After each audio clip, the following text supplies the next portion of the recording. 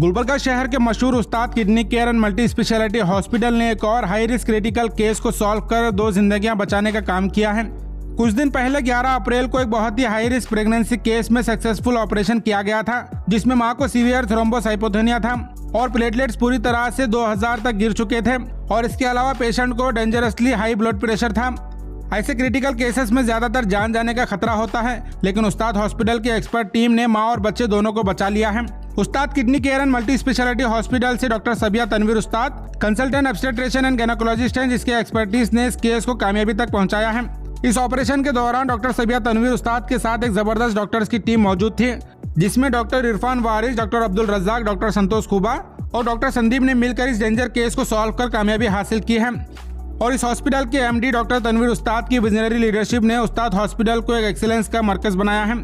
इस हॉस्पिटल में 24/7 आईसीयू और क्रिटिकल यूनिट का बढ़िया इंफ्रास्ट्रक्चर, नर्सिंग स्टाफ की डेडिकेशन और मैनेजमेंट की परफेक्ट कोऑर्डिनेशन की वजह से इस क्रिटिकल केस में कामयाबी मिली है। उस्ताद हॉस्पिटल हर तरह के हाई रिस्क प्रेगनेंसी केसेस और कॉम्प्लेक्स मेडिकल सिचुएशन को हैंडल करने के लिए हमेशा तैयार रहता है और ये केस उसी कमिटमेंट का एक सबूत है। इस क्रिटिकल केस से जुड़ी मजीद तफसीलात के लिए आप इस वीडियो को एंड तक जरूर देखें। अस्सलाम वालेकुम वरहमतुल्लाहि वबरकातुहू। मेरा नाम समीर पटेल है। हम जेवर्गी तालुका से आए हैं। बिलवार कुल के गांव है हमारा। मेरे बहन को प्लेटलेट्स बहुत कम था। उसको इससे पहले दूसरे हॉस्पिटल्स में लेके गए थे, वहाँ पे सही तरीके से इलाज नहीं हुआ, इसलिए फिर उस्ताद हॉस्पिटल बल्कि बस स्टैंड के सामने हॉस्पिटल है, वहाँ पे आए। आने के बाद सर, मैडम और हॉस्पिटल का पूरा स्टाफ अच्छे से काम करके मेरे बहन का 9वें महीने में ऑपरेशन करे। ऑपरेशन करने के बाद ऑपरेशन सक्सेसफुल हुआ। प्लेटलेट 10,000 से लेके 21,000 के बीच में ऑपरेशन करे, वो सक्सेसफुल हुआ। सक्सेसफुल होने के बाद मेरे बहन को एक बेटा पैदा हुआ। और ये हॉस्पिटल के पूरे स्टाफ, मैडम को और सर को, सबको मेरे तहे दिल से मैं शुक्रिया अदा करता हूँ। और ये हॉस्पिटल में अच्छी हमारे को बहुत ही बेहतरीन सर्विस मिली, इसलिए मैं इस हॉस्पिटल का तहे दिल से शुक्रिया अदा करता हूँ। अस्सलाम वालेकुम वरहमतुल्लाहि वबरकातुहू। मैं doctor Tanveer, managing director Ustad kidney care and multi speciality hospital हूँ। आपके सामने आज आने की वजह ये है कि हम लोगों ने एक बहुत ही सक्सेसफुल और रेयर ऑपरेशन किया है इस हॉस्पिटल में, जिसके लिए मैं चाह रहा था कि मैं इसको शेयर करूं आप लोगों के बीच में, ताकि आप लोगों को भी शायद इससे कुछ मदद हो।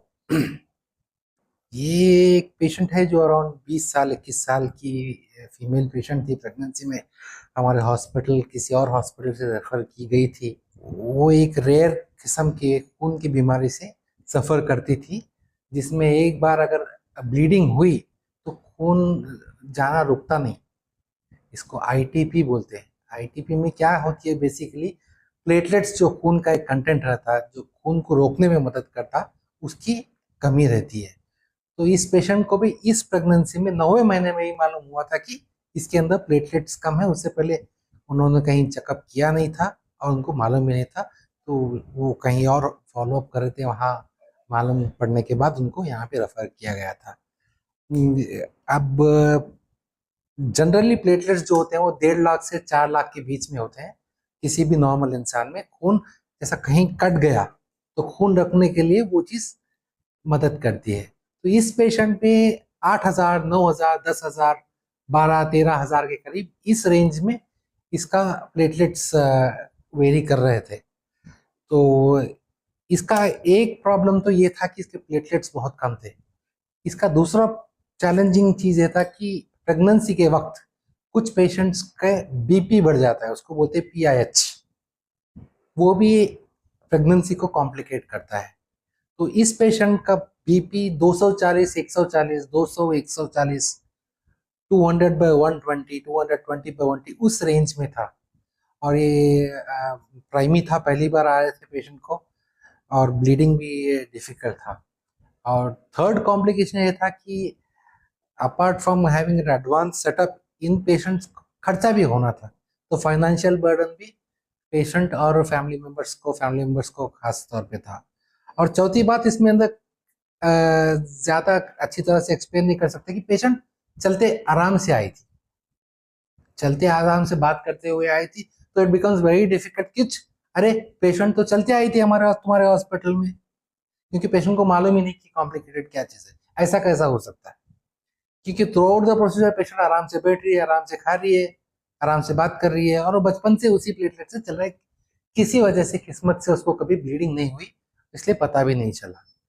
तो अब हम इसको पेशेंट को नॉर्मल डिलीवरी करते तो ब्लीडिंग ज़्यादा होती, सिजेरियन करते तो ब्लीडिंग रुकता नहीं, और तीसरा इसको ज़्यादा दिन टाल भी नहीं सकते क्योंकि पेशेंट का बीपी बढ़ते जा रहा था।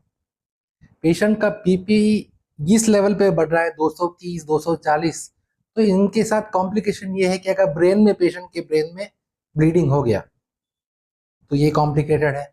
और इस वजह से पेशेंट को ऑलमोस्ट 6 दवाइयाँ एंटी हाइपरटेंसिव मेडिकेशन स्टार्ट हुए थे। 6 दवाइयाँ सिर्फ बीपी को कंट्रोल करने दे रहे थे। उसके अलावा प्लेटलेट्स बढ़ाने के लिए स्टेरॉइड्स को हम लोग ट्राई किया था। हेमेटोलॉजिस्ट का कंसल्टेशन हम डेली बेसिस पे ले रहे थे, फ़ोन पे बात कर रहे थे। तो उसके बाद हमने कुछ मेडिसिन ट्राई किया। उसके बाद में इम्यूनोग्लोबुलिन्स देने की बात आई। इम्यूनोग्लोबुलिन्स बहुत महंगे होते हैं, तो इम्यूनोग्लोबुलिन्स के एक इंजेक्शन के लिए अराउंड हमको 20,000 रुपये खर्चता था। वैसे हमको भी नहीं मालूम कितने ज़रूरत पड़ते थे, शायद 10, शायद 20, शायद 30। तो ये बात भी हम डेफिनेटली पेशेंट को नहीं बोल सकते कि तुम्हारा खर्चा कितना होगा। तो एनी हाउ, क्योंकि पेशेंट हमारे यहाँ आने से पहले भी उनको थोड़ा अंदाज़ा था कॉम्प्लिकेशन के बारे में, अलग हॉस्पिटल्स में गए थे। तो इस दौरान भी क्योंकि पेशेंट ऑलमोस्ट 8-10 दिन हमारे हॉस्पिटल में थी, तो उन्होंने भी शायद पता करने की कोशिश की अलग जगह से कि कुछ और हो सकता है। तो overall they were also convinced, patient भी कन्विंस्ड हो गए थे कि ये जो भी हो रहा है ये बेस्ट हो रहा है। और ये इंजेक्शंस का भी हमने हमारे हॉस्पिटल के तौर से भी कोशिश की डायरेक्टली कंपनी से बात करके, और कम से कम रेट में हमको इसको मुहैया करवाए।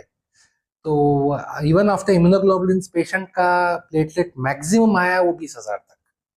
और जब तक इस पेशेंट का 9वां महीना स्टार्ट हुआ था और उसका बीपी कंट्रोल नहीं हो रहा था, 6 बीपी की दवाइयाँ देने के बावजूद, अक्सर हम 1 या 2 बीपी की दवाई में कंट्रोल होता है। अब इसके अंदर कॉम्प्लिकेशन, पेशेंट के जिस्म में कहीं भी खून हो सकता था, ब्लीडिंग हो सकती थी ब्रेन में, या बच्चे की डिलीवरी हो गई, या बच्चे की मौत अंदर हो जाए, क्योंकि बीपी भी बहुत ज़्यादा हो रहा है। हाई बीपी की तरफ से बच्चे को भी प्रॉब्लम हो सकता था, कहीं ब्लीडिंग हुआ आवाज़ से तो बच्चा भी, तो एक बार अगर बच्चे को कुछ होता तो भी हमको ऑपरेशन करना होता, तब तो बहुत बड़े रिस्क में। तो ऐसा सिमिलर सिचुएशन, शायद नॉट एग्जैक्टली ये सिचुएशन, ऐसे ही कुछ सिचुएशन गुलबर्गा में थोड़े दिन पहले एक अलग हॉस्पिटल में हुआ था, जहां माँ और बच्चा दोनों का जो है ना अनफॉर्चुनेटली डेथ हुआ था। तो वहाँ भी बहुत बड़ा मेजर कंट्रोवर्सी हुआ था। तो वो एक एक्स्ट्रा प्रेशर हमें भी था। और अच्छी बात यह है कि पेशेंट्स को और उनके रिलेटिव्स को हमारे ऊपर एक कॉन्फिडेंस था, एंड वो लोग समझ रहे थे हम क्या बोलना चाह रहे हैं और क्या करना चाह रहे हैं। तो अल्टीमेटली आफ्टर ये सब मेडिकेशंस के बाद हमने उनको ऑपरेशन का डिसाइड किया, क्योंकि इसको इंडेफिनेटली खींच भी नहीं सकते थे, क्योंकि पेशेंट को भी रिस्क था, बच्चे को भी रिस्क था, और फाइनेंशियल बर्डन भी था, और ये रिस्क टलने वाला नहीं था किसी और वजह से। तो जब प्लेटलेट्स 20,000 आए तो भी तो करप फॉर सेक्शन करने का डिसाइड किया हम। अब सेक्शन में भी ये कॉम्प्लिकेशन था, थर्ड कॉम्प्लिकेशन, की इनको बेहोश करना मुश्किल था। अक्सर सिजेरियन सेक्शन में बेहोश करने के लिए पीठ में एक सुई देते हैं। पीठ में अगर सुई दिए तो पीठ में नस में ब्लीडिंग हो सकती थी। अगर वहाँ ब्लीडिंग शुरू हो गई तो फिर वहाँ से कंट्रोल करना बहुत मुश्किल होता था, फिर शायद पेशेंट का निचला हिस्सा कभी काम ना करे। तो हम इंजेक्शन दे के स्पाइनल भी नहीं दे सकते थे, और बेहोश करने के लिए जो मुंह में ट्यूब डाल के बेहोश करते हैं वो भी करना मुश्किल था। अगर कहीं अंदर ब्लीड हो गया तो भी उसको रोकना मुश्किल हो जाता हमको, क्योंकि ब्लीडिंग के चांसेस बहुत ज़्यादा थे। तो एनी हाउ, क्योंकि हम ओटी टेबल पे हमारे इंटेंसिविस्ट डॉक्टर रजाक थे, एनेस्थेटिस्ट थे डॉक्टर इरफान, सर्जन्स थे, हम थे, और मैडम तो डॉक्टर सुबिया, वो तो she was there all throughout, and उन्होंने भी हिम्मत दिखाई। तो what we came up is we decided कि ये सेक्शन को हम लोकल में करेंगे, क्योंकि सबसे आसान तरीका एक्सेसिबल ब्लीडर्स को पकड़ने के लिए लोकल में। तो क्योंकि कोई और चारा नहीं था और पेशेंट के अंदर आईवी लाइन था, तो हमने सिर्फ उस हिस्से को जहाँ से सिजेरियन करना है, सिर्फ उस हिस्से को लोकल एनेस्थीसिया देकर पेशेंट को सुलवा दिया अंडर सेडेशन। तो under that procedure we went ahead and thanks to the whole team, हम सब लोग टेंस थे, पीडियाट्रिशियन वाज देयर, पीडियाट्रिशियन भी थे बच्चे को संभालने के लिए, आईसीयू स्टाफ भी उस दिन हमने वक्त पे ऐसा सेलेक्ट किया, अराउंड 2 o'clock या 2 बजे हमने सर्जरी का टाइम सेलेक्ट किया, क्योंकि स्टाफ की कमी भी ना हो। ऐसा है कि 2 बजे सुबह का स्टाफ जाता है, दोपहर का स्टाफ आता है, तो सुबह का स्टाफ को भी हमने एक्स्ट्रा 1 घंटा रोक लिया था, जरूरत पड़े तो वो भी पूरा स्टाफ रहे हॉस्पिटल में, कुछ जरूरत पड़े तो उन्होंने भी कोऑपरेट किया, स्टाफ भी और हमारा ओटी स्टाफ ने भी कोऑपरेट किया, और माशाल्लाह the surgery was very successful, और मदर और बेबी, माँ और बच्चा दोनों बहुत हेल्दी हैं अभी। पोस्ट ऑपरेटिवली पेशेंट का प्लेटलेट अराउंड 75,000 हुआ है, अब दोनों खुश हैं, बच्चा और माँ, और ज़्यादा इम्पोर्टेंट है हम, हमारे हॉस्पिटल और मैडम भी इससे बहुत ज़्यादा खुश हैं। तो बोलने का मकसद ये था कि सेटअप हमारा कंप्लीट था, और इससे बहुत फ़र्क पड़ता है। पूरे ट्रेन स्टाफ थे, इंटेंसिविस्ट थे, एनेस्थेटिस्ट थे, और हमारे हॉस्पिटल में इन हाउस ब्लड बैंक ने प्लेटलेट कॉन्सेंट्रेट तैयार करके रखा था, FFPs तैयार करके रखा था, 8 से 10 पिंस ब्लड भी हमने तैयार करके रखा था, और थैंकफुली कुछ ज़्यादा ज़रूरत नहीं पड़ी, लेकिन हमारे पास सारी तैयारी थी, और ये इन हाउस हमारे पास है। तो luckily everything went well and we are thankful to God. Allah सुब्हान तआला का बहुत बहुत शुक्रिया अदा करता हूँ कि बहुत सक्सेसफुल सर्जरी है, और रेयर टाइप की सर्जरी, इतनी चैलेंजिंग सर्जरी हमारे यहाँ हुई है, और बड़ी फ़ख्र की बात है कि ऐसे चैलेंजिंग केसेस भी हम लोग कर रहे हैं गुलबर्गे में। एक उसके लिए भी एक पूरी टीम तैयार हो रही है गुलबर्गे में, क्योंकि ये किसी एक आदमी के बस की बात नहीं है, कोई एक सर्जन या कोई एक एनेस्थेटिस्ट नहीं कर सकता। इसके लिए एक पूरी टीम चाहिए जो गुलबर्गे में है। ऐसा नहीं कि सिर्फ हमारे हॉस्पिटल में हो रहे हैं, अलग हॉस्पिटल्स में भी चैलेंजिंग हॉस्पिटल्स सर्जरीज हो रहे हैं, लेकिन व्हाट इज़ इम्पोर्टेंट इज ऐसा टीम गुलबर्ग में बन रहा है। तो बहुत बहुत शुक्रिया हमारे पूरे कंसल्टेंट्स को, हमारे पूरे स्पेशलिस्ट को, हमारे स्टाफ को, हेमेटोलॉजिस्ट को, और हमारे फार्मासिस्ट को जो आउट ऑफ द वे जाके मैक्सिमम डिस्काउंट पे ये दवाइयाँ मुहैया करे, और हमारे लैब टेक्नीशियंस, हमारे ब्लड बैंक को जो again out of the way जाके पूरी तैयारी करके उस दिन ऑलमोस्ट 8 से 10 घंटे हॉस्पिटल में रुके पूरे ब्लड बैंक का स्टाफ भी। तो once again thank you very much. Hopefully patient कल डिस्चार्ज होगी। अस्सलाम वालेकुम, गुड इवनिंग। मैं doctor Abdul Razak, Ustad kidney care and multi speciality hospital से। मैं एक इमरजेंसी फिजिशियन और एक इंटेंसिविस्ट हूँ यहाँ पर। आज एक केस के ताल्लुक से डिस्कस करने के वास्ते हम यहाँ पे आए हैं। हमारे पास लास्ट वीक 5 तारीख को हमारे पास एक पेशेंट एडमिट हुआ, एक प्रेग्नेंट लेडी जो young around 22 year old female patient थी जी। पहली प्रेगनेंसी थी, 9 महीने में एडमिट हो गई वो। बट प्रॉब्लम उनके साथ वो थी कि उनके प्लेटलेट बहुत ज़्यादा कम थे, जिसे थ्रोम्बोसाइटोपिनिया बोलते हैं। प्लेटलेट उनके 15,000 से एडमिट हो गए थे वो। साथ में जब आए थे वो एकदम ब्लरिंग ऑफ विजन, आँख से देखने में तकलीफ हो रही थी उनको, सर में दर्द, चक्कर बहुत ज़्यादा थे। तो जब हमने चेक किया तो पाया कि इनके प्लेटलेट तो बहुत ज़्यादा कम है, साथ ही साथ उनका बीपी भी बहुत ज़्यादा है, जिसकी वजह से उनको ये सारी शिकायतें हो रही थी। तो ऐसी सिचुएशन में हमने उनको इलाज स्टार्ट किया, उनका बीपी कंट्रोल किया, उनको स्टेरॉइड पे स्टार्ट किए। स्टेरॉइड पे स्टार्ट करने के बाद भी उनका प्लेटलेट बढ़ने का चालू नहीं हुआ था। तो हमने फिर उनको बीपी भी कंट्रोल किया साथ में। फिर हमने हेमेटोलॉजिस्ट को भी कंसल्ट किया, डॉक्टर संतोष जो शोलापुर के मशहूर डॉक्टर हैं, उनको भी कंसल्ट किया। तो वो सजेस्ट किए कि इनको पेशेंट को मोस्टली एक बीमारी है जिसे ITP, क्रॉनिक इम्यून थ्रोम्बोसाइटोपिनिया परफेरा बोल के रहती है। तो जिसके अंदर पेशेंट के अंदर प्लेटलेट नहीं बनते हैं। प्लेटलेट वो मादा हैं खून के अंदर जो खून अगर कुछ कटा और कुछ ब्लीडिंग हुआ तो वो ब्लीडिंग कंट्रोल करते हैं। वो सलाहियत ही नहीं थी पेशेंट में। तो ऐसे पेशेंट में हमने फिर कंसल्ट करने के बाद उनको IV इम्यूनोग्लोबुलिन, जो कि एक प्रकार का इंजेक्शन है, वो हमने पेशेंट को स्टार्ट किया। बावजूद 2 दिन थेरेपी के बाद भी पेशेंट की प्लेटलेट नहीं बढ़े। ऑलमोस्ट पेशेंट की प्लेटलेट 20,000 ही आ गए, बट अल्हम्दुलिल्लाह उनका बीपी हल्का सा कंट्रोल हो गया था। तो हमने ये केस को एज ए चैलेंज एक्सेप्ट करके सेक्शन के वास्ते पोस्ट किया। अराउंड 11th को हमने इनका ऑपरेशन डिसाइड किया, 11th को ऑपरेशन कर दिया हमने। बट उसके अंदर भी एक चैलेंज था।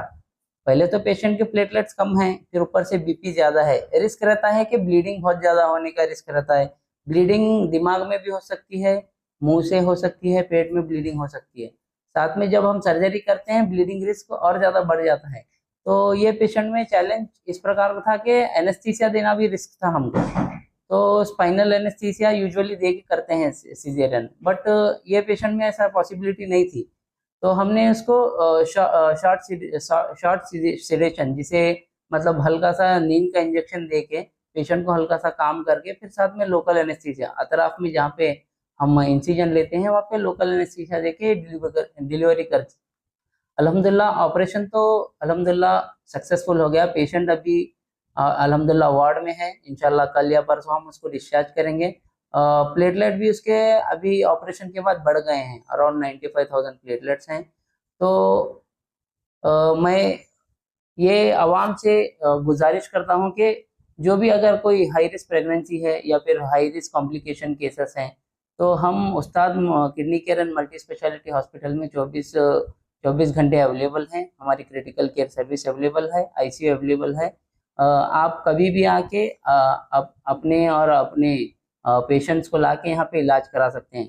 मैं शुक्रिया अदा करना चाहूँगा हमारे lead consultant doctor Syeda सुबिया madam का, जो अल्हम्दुलिल्लाह ऑपरेशन किए, सिजेरियन ऑपरेशन करके बच्चे और माँ की दोनों की जान बचाई। और साथ ही साथ हमारे एनेस्थीसियोलॉजिस्ट डॉक्टर इरफान वारिस और हेमाटोलॉजिस्ट डॉक्टर संतोष सर और डॉक्टर संदीप जो मेडिकल ऑन्को एंड हेमाटोलॉजिस्ट हैं,